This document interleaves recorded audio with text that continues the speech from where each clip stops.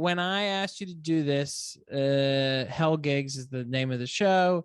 It's about bad shows. Was there anything that immediately popped into your mind of like, this is the show that comes to my mind when I think of like bad shows, bad nights, things I'd like to forget? You know, what would you like to forget? I mean, what immediately came to mind was like, how much time do you have? Right. Because there's so many things. I think the worst one I think is one that ended in like a physical altercation, because I feel like that has got to be the top.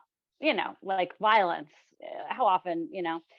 Are we allowed to say like where it is, or do we need to like to Say protect whatever you want. do we need to protect the rights of the innocent? We don't have to protect anybody's rights here. This is a free speech podcast, actually. In about a minute or two, we'll get your opinion on the vaccine. I love it. But yeah, no, you can say whatever you want. So before we get into it, this was a show that ended with someone getting into a fight. Me. You were in a fight. Yeah, I had a fight happen to me. Yeah, so basically, like a fight fell on you, like a fight spilled on you, like someone would spill water. Yeah. No, I was totally the target. And I was a little bit at fault. So here's the deal. So it's at the Lantern, formerly known as whatever the fuck they're calling it now. And as you may or may not know, if you've performed there before, it's like, in the West Village, and it's got all the like West Village drunken lunatics, but none of the like actual bouncers that work at every other club or like establishment in that area. Like you can't even walk into a bar on either one of those streets, like Bleecker, McDougal, anything. There's always like hired security, and that's for a reason. So of course this like owner does not want to spend the money on this kind of thing. So the comedians become the bouncers. Right. And so we're doing this show, and it's like probably like a month or two after COVID. So I don't know if you had this experience after COVID, but people forgot how to be in the world. Like everyone was like, we haven't been out in 2 years. We're like so drunk. We're so out of control. We're just like wild. And so I am running this show that I produce there, that there are these like 3 drunk people in the back that are just a disaster.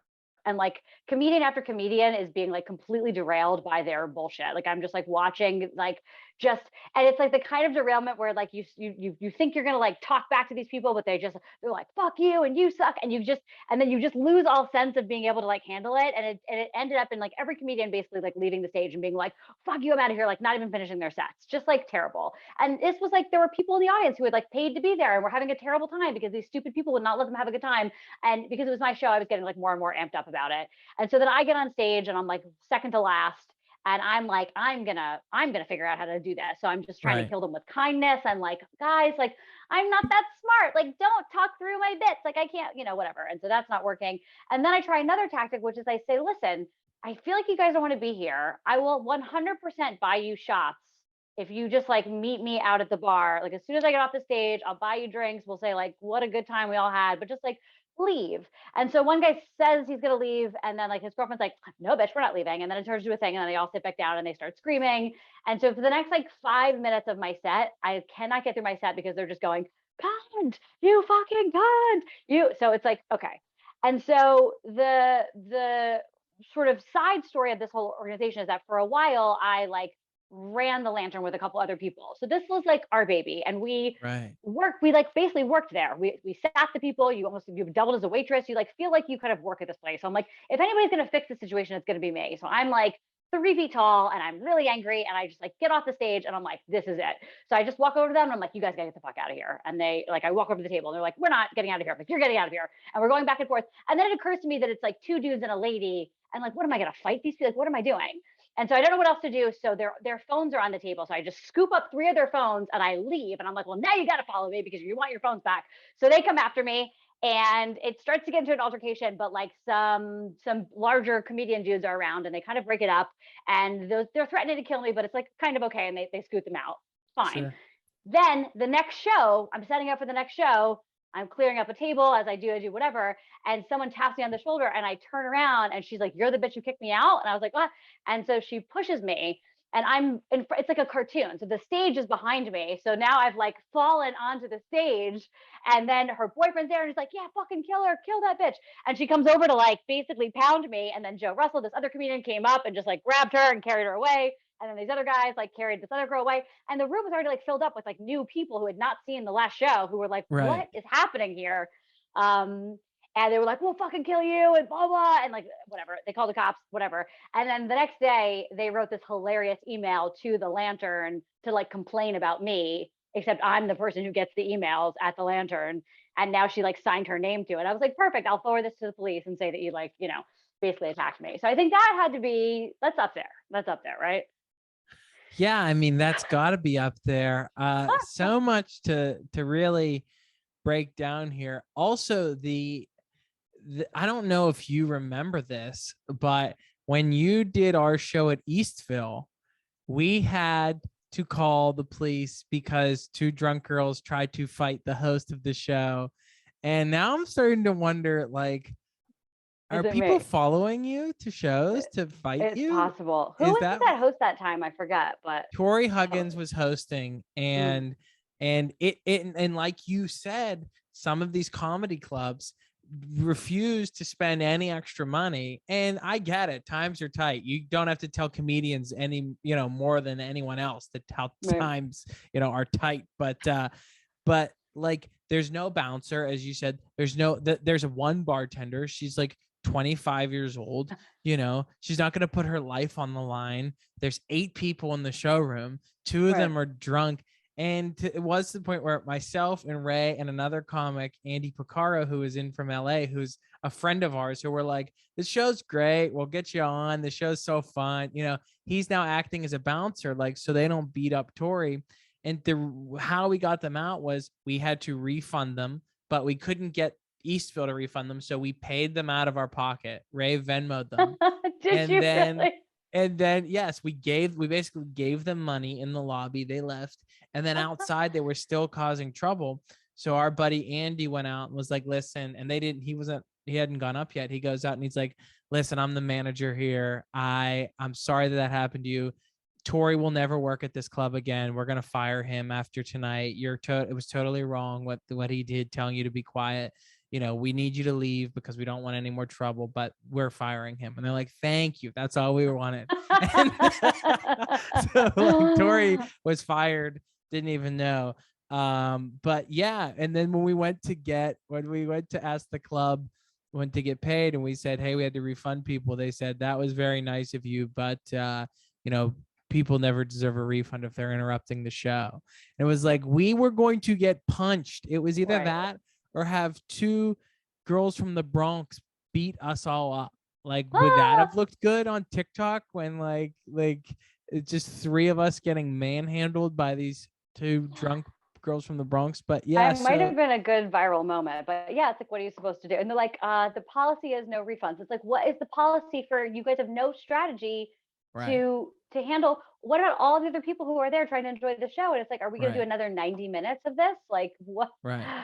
Yeah. So it's I don't think people give comics enough credit. But, when you see comedy in like a club, it's like, okay, there's a waitress or a waiter, and then there's a sound person, and it's all very smoke and mirrors. But like when you're in a room like this, where, like you said, you're basically running it, like you're staffing it, you're writing the schedule. Like, people don't realize, like, you're now the person that has to perform and produce the show, but then also like be the bad person. So now you go into the second show and people have seen you be pushed onto the stage. Do you address it at all? Is it awkward? I did. I had to address it. I was like, so that's, let's talk about what just, because people were like, are you okay? And what am I supposed to? So, but that's the whole dynamic at that place. And that was like, I don't work there anymore, or book there, or do whatever, because it was making comedy so hard, because people, you're totally right with the smoke and mirrors, because if you come into the bar and the person who sat you and gave you a menu is now performing, is also the person who brought you the drinks, is kicking you out when you're in trouble. Someone's like, we want to see the manager. He's like, what is the manager doing performing comedy? It's like, yeah. So I can't deal with those places anymore.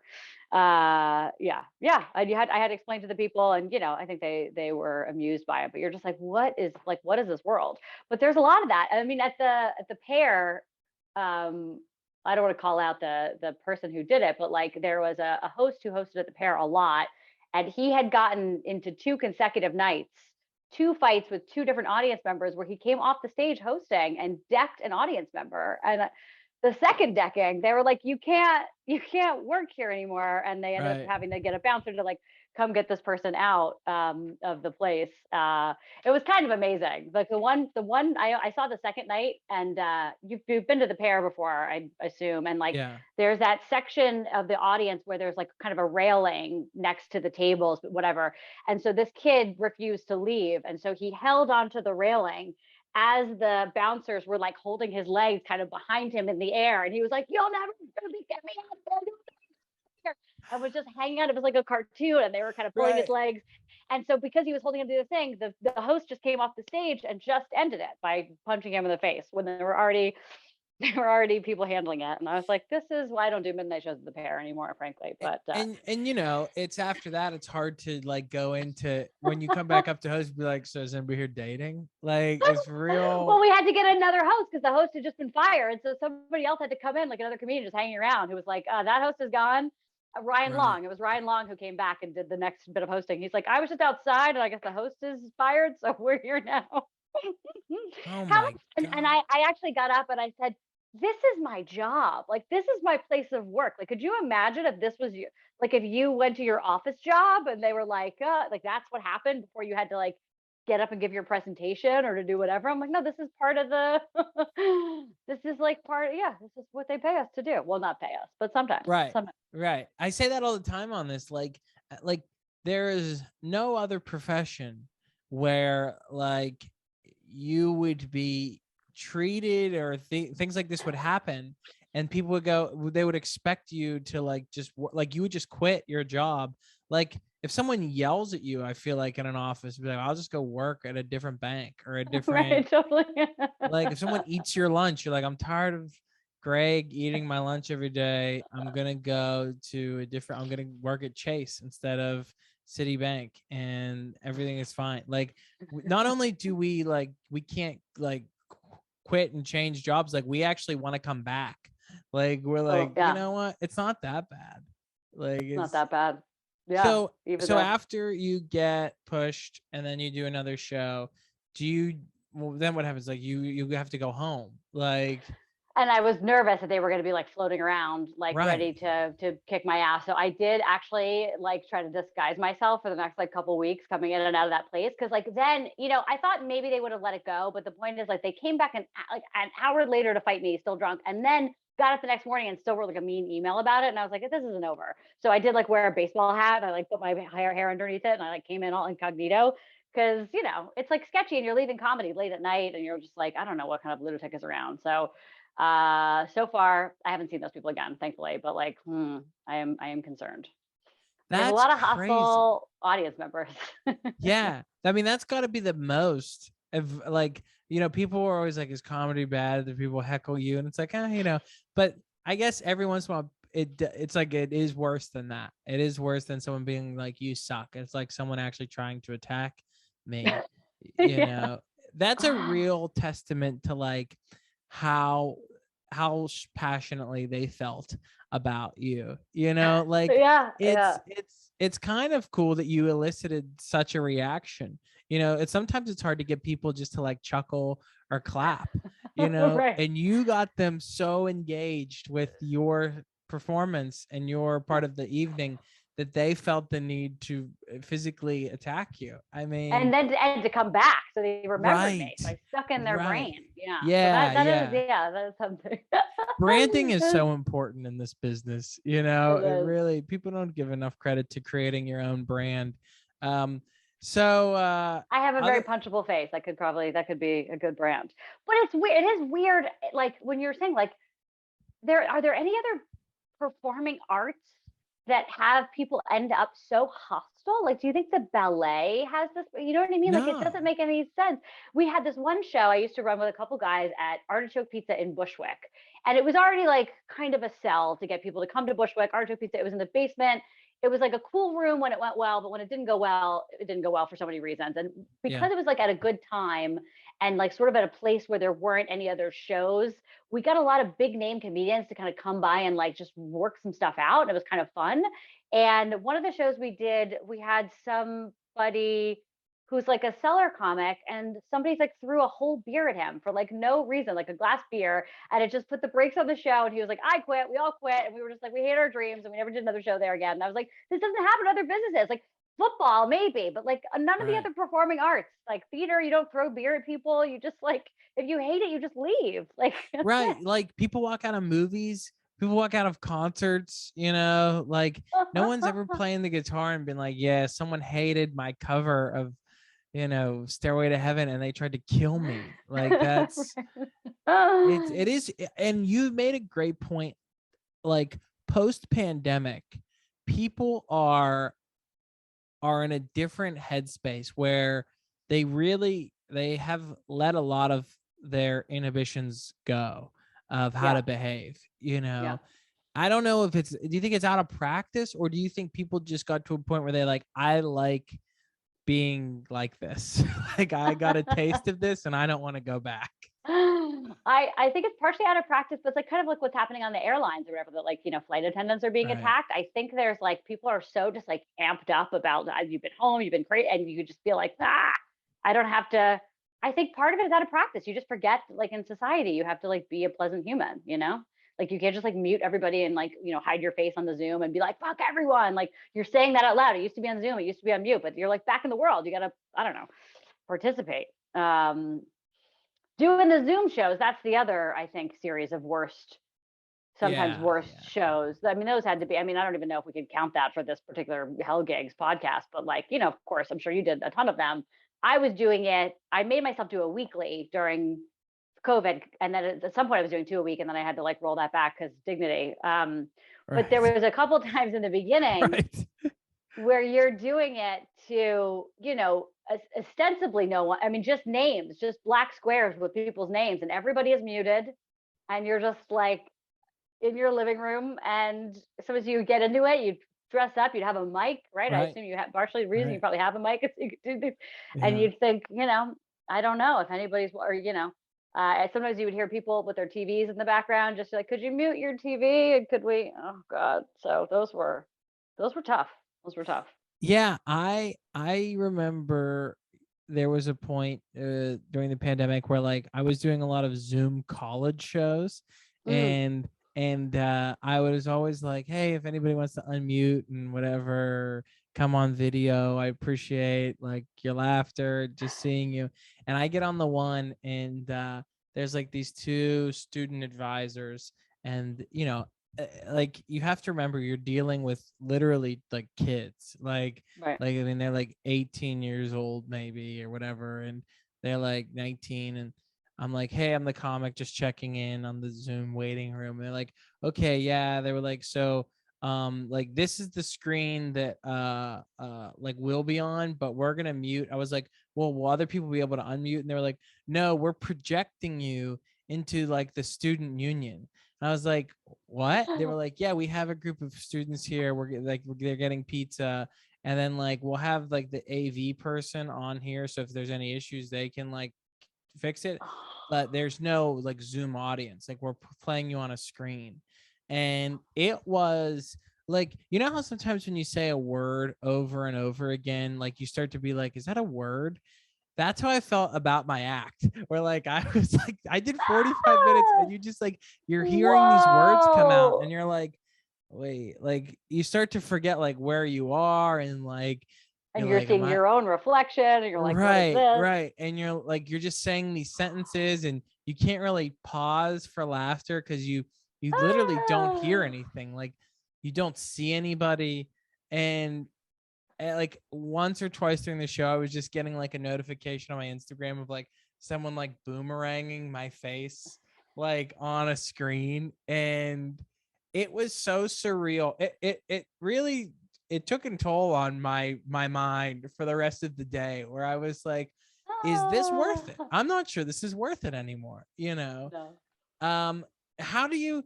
I don't know, like how do you recover from stuff like that? Like, I mean, obviously getting pushed at a show is different from like bombing on Zoom, but like, what's your thing? Well, if you have a bad show that sort of recovers, that gets, you can recover from that. Do you have a vice or a habit or a ritual or anything like that that gets you out of that headspace? Uh, Gosh, I mean, I like a good glass of wine, but not, I mean, my thing I like to do is if I can try to possibly get up again after that as soon as possible and like Mm-hmm. just get back, like a back on the horse kind of feeling, because I have this thing where like, say you did like three good shows in a row and your fourth show is awful, and then maybe you don't have shows for 2 more days. If I don't Right. have shows for 2 more days after the last show, the fourth show was awful. It doesn't matter if I had 10 good shows before that. The last thing, it's like that, whatever that latency effect. That last thing Yeah. is the only thing I can think about. And I just like, and then like the longer I go, but I'm like, I don't even want to do this next show because the last show I did was so bad. So like if I can like show up to something else in the West Village and be like, can I have 5 minutes to just like please try and redeem myself? Um, I don't know. I mean, I think in general, like the only thing that keeps me doing comedy is that I think I would hate not doing it more than I hate doing it. And that Right. is, yeah, that's like kind of, for the good thing about the pandemic when nobody could do comedy was that nobody could do comedy, and I didn't feel like I was like sort of getting behind, that feeling of like, it Yes. was like, well, we're all not doing comedy together. But as soon Right. as like the world started opening up again and people started doing it, I was like, I gotta get back out there. I gotta be doing comedy. People are getting better. I'm not getting better. I gotta, so I still have that. As much as it's terrible, we are a specific breed of like weird. I mean, it's kind of like we're masochist. Are we masochists? Is that it? Yeah, Is it? yeah. I mean, we're like definitely manic, I think, and there we had the constant, it's the worst thing you could do because it takes you away from the best thing you could do, which is like focus on yourself, right? Work on your own career. But we're so like almost addicted to be like looking what everybody else is doing and comparing ourselves to that. And it's so counterproductive to be like, I'm going to spend a half an hour looking at Instagram and seeing all the shows other people are on that I'm not on. Yeah. And when that half hour could have been spent doing anything else, just living your Yeah. life would be Yeah. better than that. Yeah. Sitting in silence would be better than that. Truly, just reflecting on your day, Oh, I know. We gotta get off the Instagram. That's like bad. when do you get to a point, do you ever have this in comedy where you go like, I need like 24 hours of just like nothing, like I need to just sort of unplug from comedy, like, and just I'm just over everything in this business right now, I just need to do something that's not related to this. Do you ever have that? Yeah, and I used to like stress out if I didn't do something that day, if I didn't do a Right. mic, if I didn't do a something. And then I sort of started pulling a wall up, and I kind of like Sunday, Monday, Tuesday, maybe Sunday I'll do it, but like I try to not do comedy. I try to like say no Mm, to shows and be like, I'm going to do other kinds of things where I'm a person. Unless it's like a great opportunity, I can't be around it that much. And I find sometimes those Monday, Tuesday shows are the ones that make you feel the worst about yourself anyway. And then you're working really hard to like, I don't know. I also have a day job, so like sometimes it can be like it's way too much. So I step away. I have to turn the Instagram off. I have gotten in the habit of like unfollowing people who are too like braggy on the mm, things. Like you're not mm, my friend anymore. But like I can't see some of these like somebody posted this thing the other day that was like such a humble brag about like like under the auspices of asking the comedian community for advice, like, guys, what do you do when you kill so hard with like a crowd work bet that you just can't get back to your jokes? I mean, what advice do you have for when you're just murdering? You're just murdering. And like that was a post, and I was like, I have to unfollow this person because I right. just like, what are we like? I'm like, you're so funny that you need advice about how to be so like I don't even know. So it's just not a healthy place to be. So I unplug. I do. I stop looking. Do you stop looking? Yeah, I try to, or I'll call like, what I'll do is I will call like, I think Ray Zawadney and like, or like Sean Murphy, like those are two of my good buddies, and I'll call them and be like, did you see what so and so posted and what they're doing? And like, yeah, of course I already saw it. Like I was just about to call you, and then it's just like 30 minutes of the most like venomous like conversation. It's so intense and like to where I think you just exhaust yourself. I think if it was like I have a puppy and like he gets so excited, about the day that he goes crazy like in his own little body, and Yeah. he just jumps and he shakes and he runs and he gets the zoomies until he gets so tired that he has to collapse. And I think that's what we're doing. We have to exhaust ourselves that we get so tired that we put the phone down and we cannot look at anything for a little bit. Yeah, I have to get better though. It's just being like, and I'll just mute that person. I'm muting this, and I'm pretty soon my Instagram feed is just gonna be like dogs and different like cakes. Like that's it. Like it's that's just I have dogs and sandwiches mostly, but yeah, I've started to kind of mute all the comedians or whatever. right. But actually what you said is really good therapy. The moments with your like good comedy friends where you like screenshot somebody's bullshit and you're like, look at this asshole, and then you could all hate them together. So good. Yeah. I had such a true comedy like moment the other day, and I can't say any of the participating players, but like I was with another comic and we're watching a comic on stage and they're doing it fine, but it's just like we're just like, can you believe this? Like, I can't believe this is getting a laugh. Who is this person? Oh my God, are you serious? Like, that's what they're saying. They run what show? They get up where? You got to be kidding me. And like out of a movie, they come off stage and we're both standing there and they walk up to us. We're like, hey, good set, funny stuff, like fist bump, like really good, man, great stuff. And we both know it in our, we can feel like the other person judging the other person, but we did the same thing, so we can't really be too upset, Yeah. But you just throw away all your principles to be like, that was fine, great stuff. Great set, man. I feel like there's like a podcast to be had where we just like shit talk people, but we can't because then they would hear the shit talking. But man, it would be great if we could just get together and like just have a bash fest. It's really the best part about comedy. It's kind really of like is. the best part of being in a relationship. Like if you have a significant other, I find the best part of being in that relationship is that you can gossip with your significant other about like how much better you are than everyone, right? Like relationship wise, you're better than like, look at this asshole, like that's the best. And I love that about comedy too. It's like whoever your little group of comedy friends are, everybody else is an asshole, and you're like, it's just us. Yes, it's just us that are hilarious and getting no credit, and everyone else doesn't deserve their fucking kudos. Yeah. Right. Yeah. Exactly. But I do think you need to do it because like you're either like you're like unrealistically positive, or you're bottling it up and then you'll just die. Like that's my worries. Like if I don't get this out, like I'll just be on stage one day at like an open mic or a show, and then I'll die. Like die. Yeah. People like, what happens? Like he just didn't let any of that out. He just needed a good yell. Yeah. You're like, and motherfucker. Right. Yeah. Before we get out of here, let's go way back as far as you can remember to the first time that you felt like you really bombed, like where you're on stage and you go, I'm getting nothing, and I can feel it. I can feel like the seconds lasting forever. Can you remember anything as early as the first couple years? Yeah.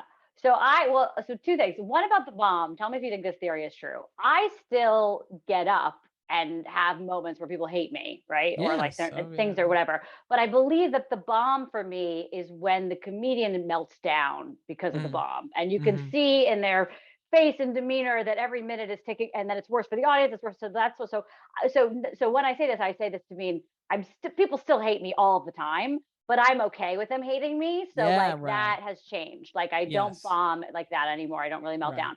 But I said the second time I ever got up, I had a horrible time. The first time I ever got up, the first open mic I ever did, my name was first in the bucket. And I had decided to sign up so like kind of willy-nilly. And then my name was first in the bucket. I didn't even have time to be nervous. And so like I had like a pretty good first ever 3 minutes of comedy. Like it went pretty good. So pretty good that I was like, well, I must be some kind of savant. And so then the second time I was last in the bucket and I'd had a couple drinks, which I like never do. And I was like nervous and then also drunk. And then I just, for 3 minutes, I think I didn't even breathe. I just could, I just verbal diarrheaed all of my words, and I just said them, and I didn't take a breath, and there was no room for people to laugh if there had been a punchline, and I could see like and then I remember getting off the stage, and at the end, one of the comics was like, you might want to think about like not memorizing every word you say and just kind of like feeling it out up there. And I was like, oh my God, I'm never coming back. But I mean, it was like one of those times where it's going so badly and you cannot get out of it. Like I had to just finish my bit, and that was that was that one stuck with me. It was hard to rebound from the number 2 time. You know what I mean? Yeah, it's hard when like, and I think what happened to you happens to a lot of people where the first time they get up, they have that, because that's what happened to me. You have so much nervous energy that like you go up there and you are kind of naturally funny because of how awkward it is, and you're just doing anything. You're in a real survival mode. And then it does the worst thing, which is give you false confidence, which is just like, I'm good at comedy. I'm Like, having drinks now before my yeah, set. I'm so right. confident. Yeah. Yeah. And you're like, I have 15 minutes, I'll probably just do the hits. And then like you get up and it's horrible and you can't put it together, like your wires are so crossed that like you can't figure out what happened. You're like, but I was just good at this a day ago. I was at the top of my game. Yeah. Oh man. I I really don't like hosting. It's like a thing I'm trying to get better at. And so I'm Yeah. forcing myself to do that more. And I think mainly because also one of my first like big bombs was a host set where like I had no business hosting. It was like the sort of thing where like maybe people thought I was okay enough at like a mic or like a whatever show that they were like, we should ask you to host. And they did, and they shouldn't have. And I remember Mark Norman was in the back. This is like at a time when like he was just before getting on Comedy Central, but like he was still like fire. And there were a lot of like fire people around, and having them be there and me be awful. I mean, it just was so, and it was like they gave me 10 minutes and I was like, 1 year into I mean, it was like I didn't know, it was just the longest 10 minutes of my life. And I sometimes wake up and think about it still in the middle of the night. My brain's just like, remember that hosting set?